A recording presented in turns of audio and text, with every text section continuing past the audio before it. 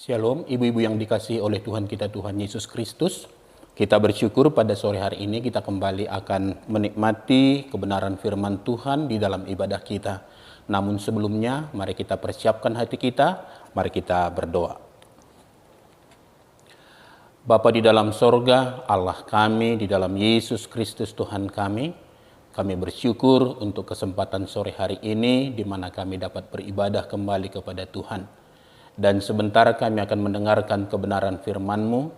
Biarlah Engkau berkati firman-Mu, berkati penjelasan-penjelasan yang akan disampaikan oleh hamba-Mu. Berkati kami semua, berkati juga hamba-Mu. Terima kasih Tuhan, akhirnya permuliakanlah nama-Mu melalui pemberitaan firman-Mu pada sore hari ini. Di dalam nama Tuhan kami, Tuhan Yesus Kristus, kami berdoa, kami bersyukur. Amin. Ibu-ibu yang dikasihi Tuhan kita, Tuhan Yesus Kristus, ada seorang ibu yang pada tahun 2014 yang lalu menderita kanker payudara. Lalu kemudian diadakan semua tindakan-tindakan, pada saat itu sudah lumayan parah penyakit ibu ini, lalu kemudian diadakan tindakan medis. Di dalam perjalanannya berikutnya ternyata kanker itu sudah menyebar sampai ke tulang, berikutnya sampai ke jantung. Nah, tapi ada hal yang menarik dengan ibu ini, bahwa ibu ini tidak berhenti melakukan kegiatan pelayanannya. Dia tetap bersemangat, bahkan orang-orang pun bingung. Kamu yang sakit kok kamu yang mengunjungi? Ya, kira-kira begitu. Nah, kenapa bisa ibu ini seperti itu? Ya, kenapa bisa dia menderita sakit? Dia seharusnya yang diperhatikan, tapi justru sekarang dia yang memperhatikan. Nah, rupanya salah satu hal yang menolong ibu ini adalah karena ibu ini bisa berdamai dengan penyakit kanker yang dia derita. Dia bisa berdamai dengan segala situasi yang menerpa kehidupannya. Pada sore hari ini kita akan belajar satu topik yang sangat menarik, ibu-ibu yang dikasihi Tuhan, yaitu berdamai dengan situasi, berdamai dengan keadaan yang kita alami. Saya memilih firman Tuhan yang akan menjadi dasar perenungan kita pada sore hari ini, yaitu dari kitab Filipi pasal yang keempat, ayat 12 sampai ayat yang ke-13. Demikian firman Tuhan. Aku tahu apa itu kekurangan, dan aku tahu apa itu kelimpahan. Dalam segala hal dan dalam segala perkara, tidak ada sesuatu yang merupakan rahasia bagiku, baik dalam hal kenyang maupun dalam hal kelaparan, baik dalam hal kelimpahan maupun dalam hal kekurangan. Segala perkara dapat kutanggung di dalam Dia yang memberi kekuatan kepadaku. Nah, ibu-ibu yang dikasihi oleh Tuhan kita, Tuhan Yesus, dari firman Tuhan yang kita baca ini, secara umum ada dua situasi yang sering terjadi dalam kehidupan kita. Nah, yang pertama adalah situasi yang menyenangkan. Situasi yang membahagiakan, situasi yang membawa sukacita bagi kita. Nah, yang kedua adalah situasi yang sulit atau situasi yang tidak menyenangkan. Nah, situasi yang menyenangkan mudah kita terima. Tetapi situasi yang sulit, ya, situasi yang membawa kita ke dalam penderitaan, itu sangat sulit kita terima. Nah, dan seringkali akhirnya orang melarikan diri dari kesulitan-kesulitan itu. Nah, dalam bacaan firman Tuhan ini, situasi itu disebut dengan segala hal, segala perkara. Di ayat 12 misalnya kita lihat di sana. Nah, jadi kekurangan dan kelimpahan, kenyang dan lapar. Nah, ini yang dikatakan oleh firman Tuhan di sini, yang menggambarkan situasi-situasi yang kita alami dalam kehidupan kita. Tentu kalau kita kembangkan ini, nanti akan kita lihat ada situasi di mana kita sehat, ada sakit, ada kaya, ada miskin, ada berkelimpahan, ada sangat kekurangan, ada penderitaan, macam-macam ini nanti kita lihat.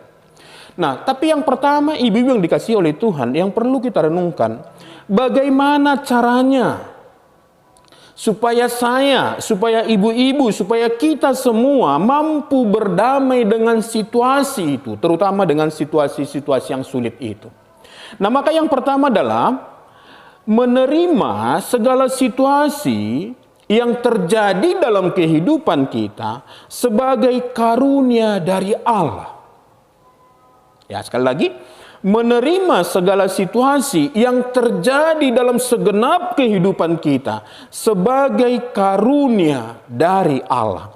Nah, di dalam Filipi pasal 1 ayat 29 sampai 30 dikatakan, sebab kepada kamu dikaruniakan bukan saja untuk percaya kepada Kristus, melainkan juga untuk menderita untuk Dia dalam pergumulan yang sama seperti yang dahulu kamu lihat pada aku dan yang sekarang kamu dengar tentang aku. Nah, ini disampaikan oleh Rasul Paulus kepada jemaat Filipi pada saat itu.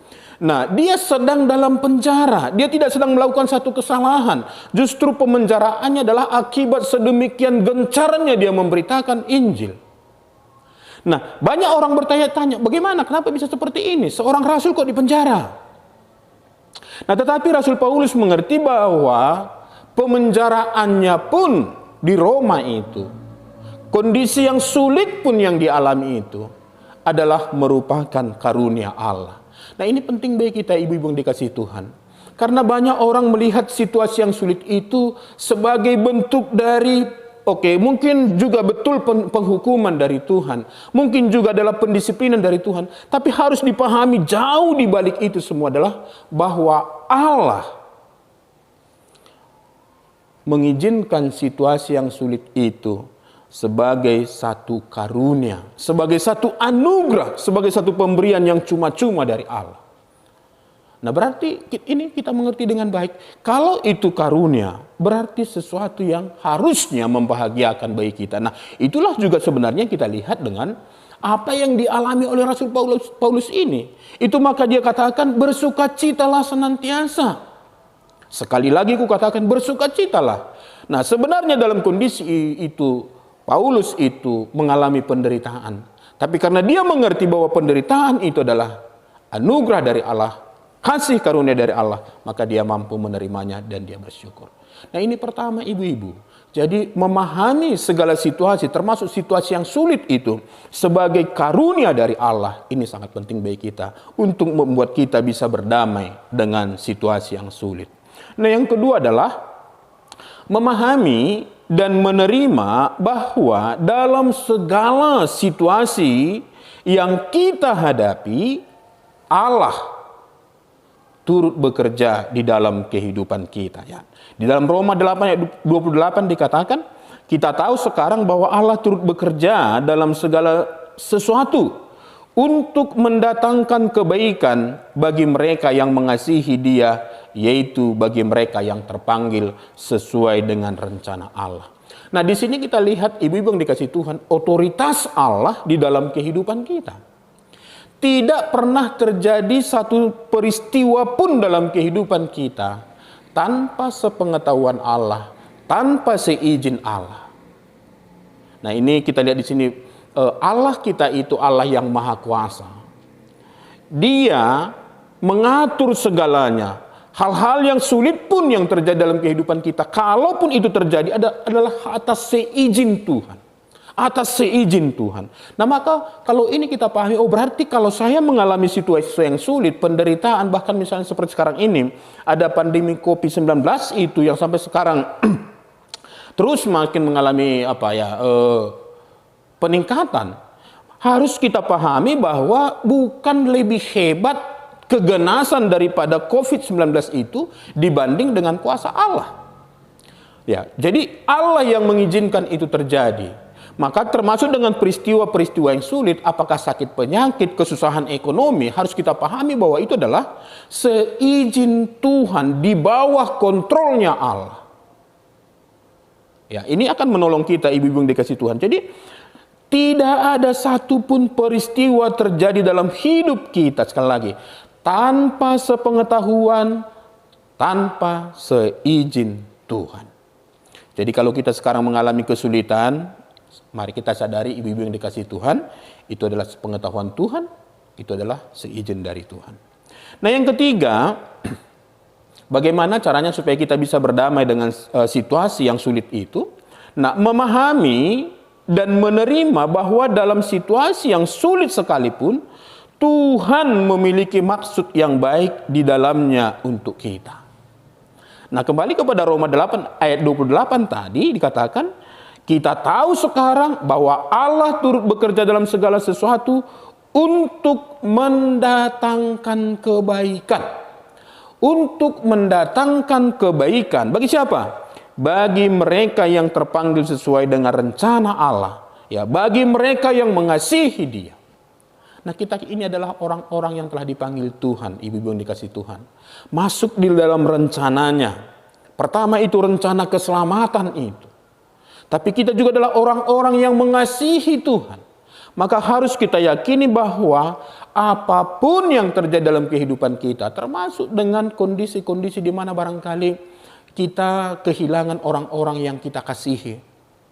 Harus kita pahami bahwa ada maksud Tuhan yang baik di sana.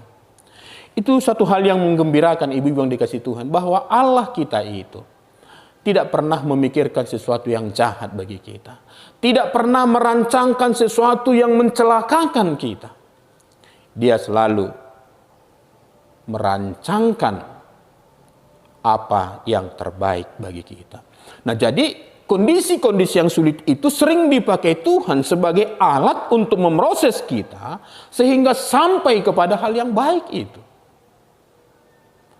Nah, itu yang ketiga, ibu-ibu yang dikasih Tuhan. Jadi memahami dan menerima bahwa dalam situasi yang sulit sekalipun Tuhan memiliki maksud yang baik, maksud yang indah di dalam kehidupan kita, anak-anaknya. Lalu yang keempat, nah, bagaimana caranya supaya kita bisa berdamai? Ya, bagaimana caranya kita menghadapi situasi-situasi yang sulit itu? Maka yang keempat, ibu-ibu yang dikasihi Tuhan, adalah menghadapi segala situasi yang sulit itu, yang terjadi dalam segenap kehidupan kita, dengan selalu mengandalkan Tuhan. Dengan selalu mengandalkan Tuhan kita, Tuhan Yesus. Itulah sebabnya tadi di ayat 13 firman Tuhan mengatakan demikian, ibu-ibu yang dikasihi Tuhan. Segala perkara dapat kutanggung di dalam Dia yang memberi kekuatan kepadaku.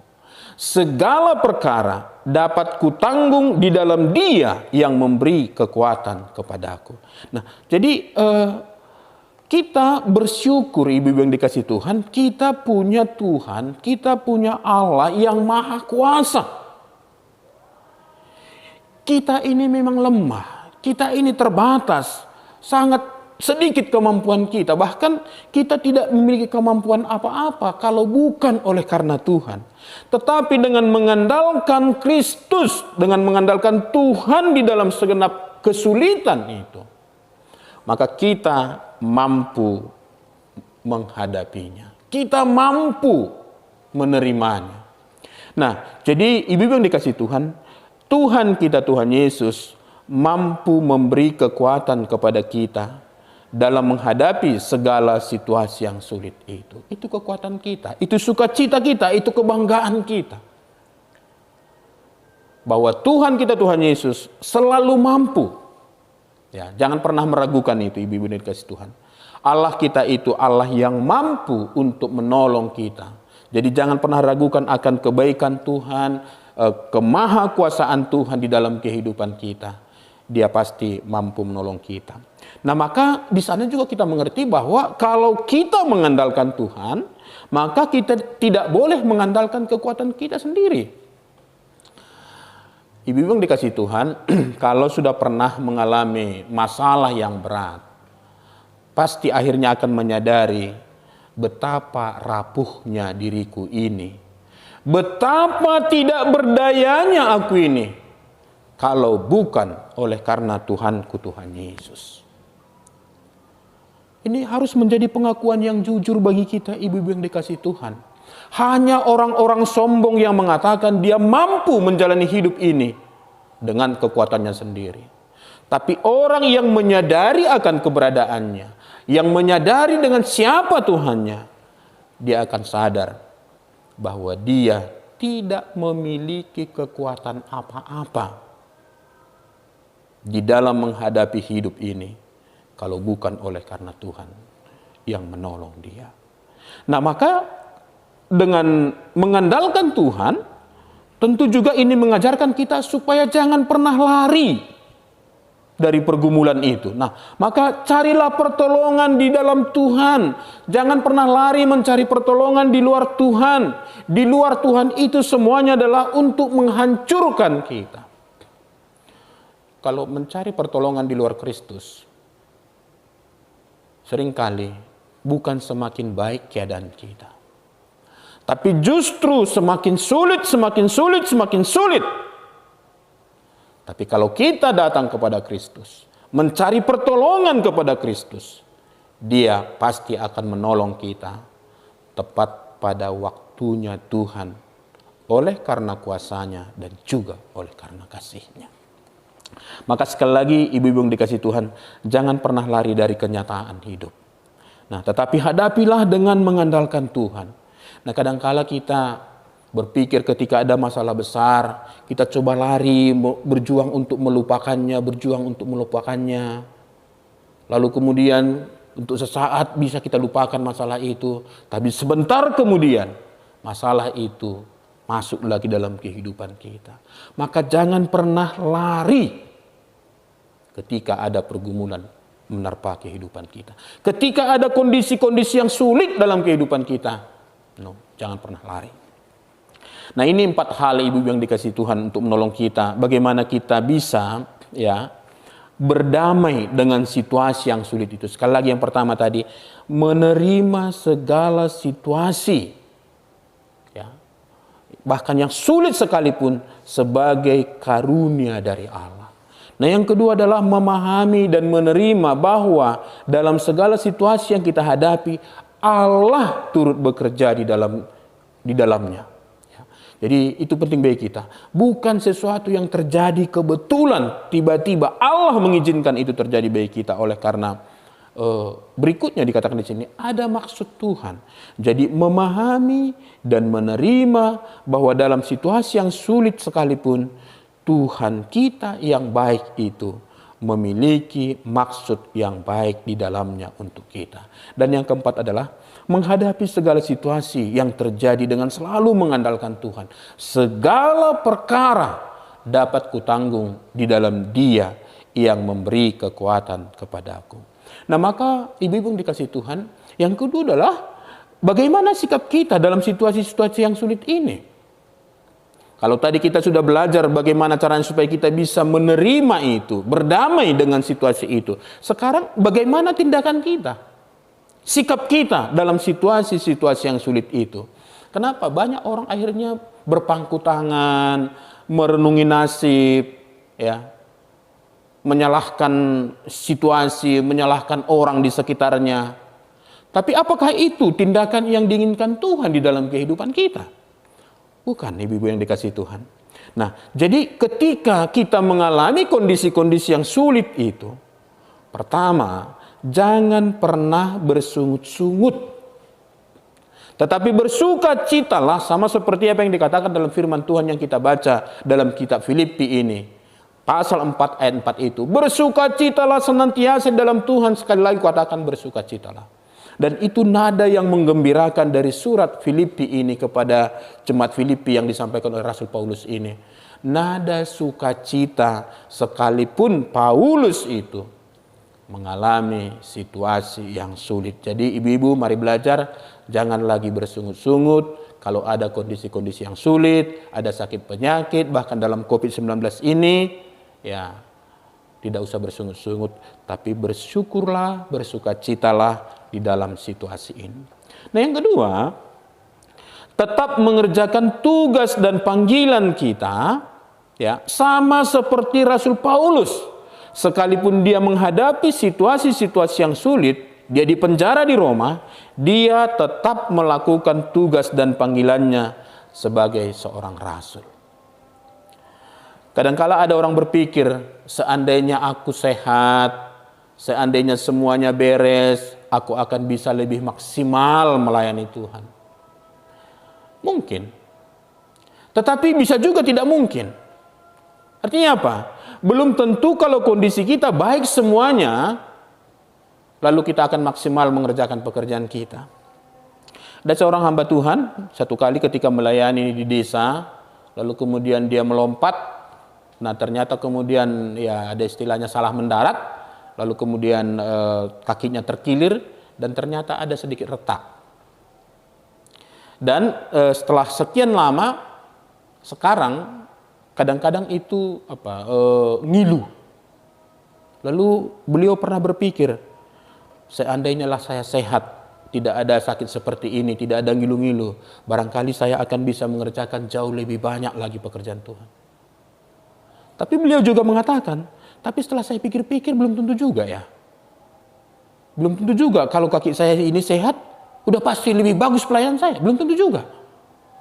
Nah maka ini juga ibu-ibu yang dikasih Tuhan, mari kita renungkan, dengan kondisi-kondisi yang ada ini, itu tidak bisa kita rubah lagi. Tapi bagaimana kita kemudian mengisi kehidupan kita dalam kondisi yang sulit itu, termasuk dalam kondisi pandemi COVID-19 ini. Nah maka tetap mengerjakan tugas dan panggilan kita. Nah maka ibu-ibu yang dikasih Tuhan, kalau Paulus itu sebagai seorang rasul, dia tetap melakukan tugasnya sebagai seorang rasul. Nah maka kita mari tetap melakukan tugas sebagai penolong yang sepadan terhadap suami. Kalau ibu-ibu di persekutuan Ibu Lydia ini.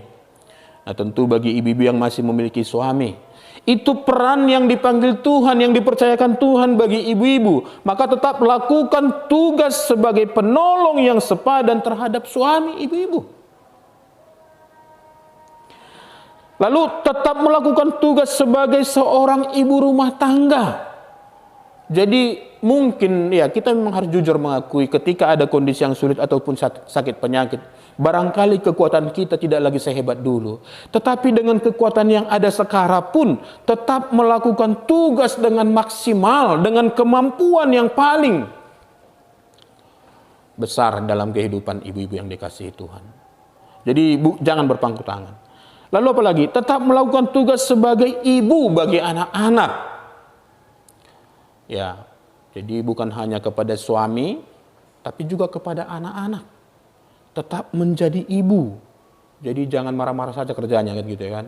Kalau berhadapan terhadap anak-anak, emosi, tidak.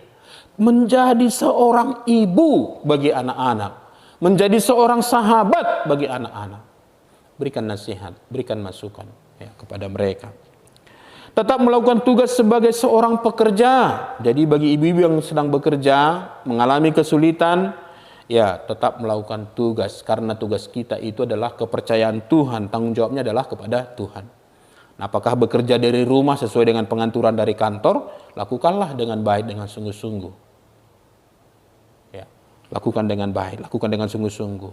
Nah, jadi apa yang merupakan tanggung jawab kita dalam pekerjaan itu tetap lakukan dengan sungguh-sungguh. Nah, tentu sebagai anak-anak Tuhan, kita juga semua adalah seorang pelayan. Maka kita sebagai seorang pelayan tetap mengerjakan tugas kita sebagai seorang pelayan Tuhan, sekalipun mengalami kondisi yang sulit. Sekali lagi, gunakan kemampuan maksimal kita. Ya, kalau dulu barangkali waktu sehat kita mampu mengangkat beban 50 kilo dan kita pakai itu dengan maksimal, mengangkat beban 50 kilo. Sekarang waktu kondisinya sulit, kemampuan maksimal kita hanya 25 kilo, lakukan 25 kilo. Itu kemampuan maksimal kita saat ini. Angkat beban itu, kerjakan. Nah, jadi jangan ada di antara kita ibu-ibu yang dikasihi Tuhan oleh karena situasi yang sulit sekarang ini, lalu kita mulai menghindar, menjauh, atau berpangku tangan, mengasihani diri, ya kan, egois, tidak. Tetap lakukan tugas dan panggilan kita masing-masing.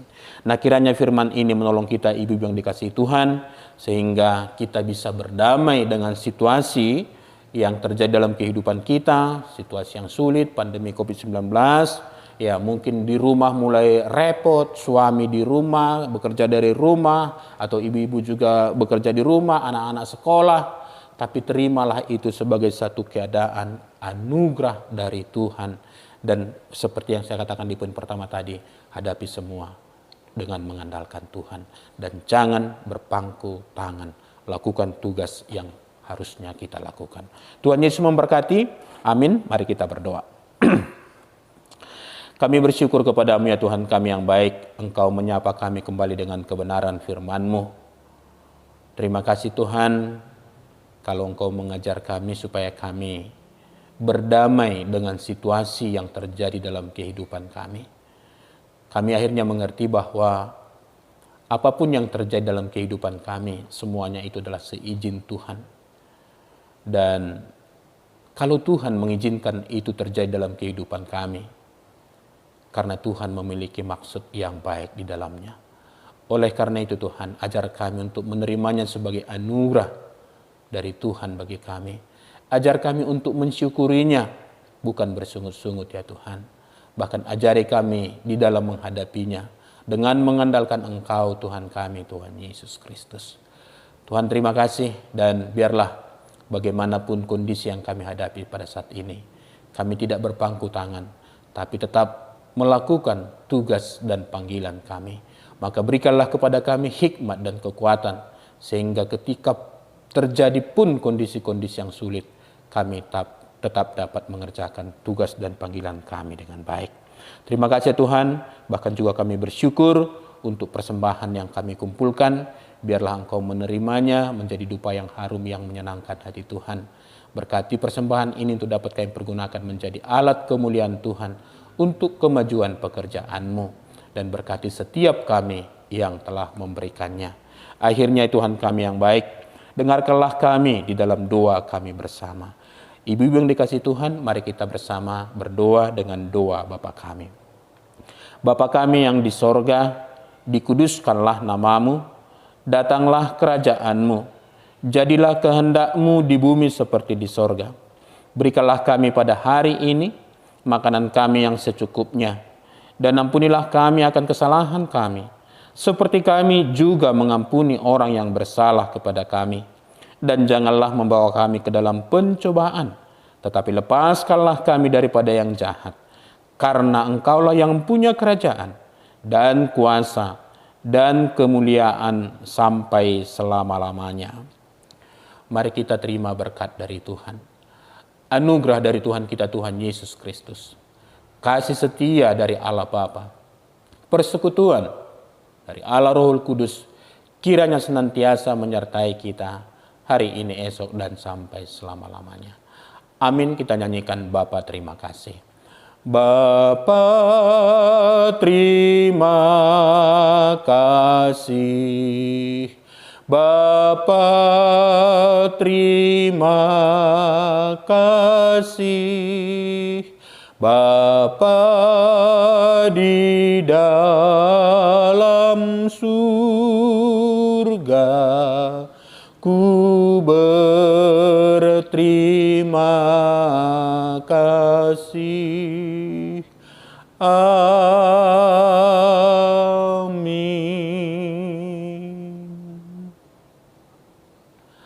Amin. Tuhan Yesus memberkati.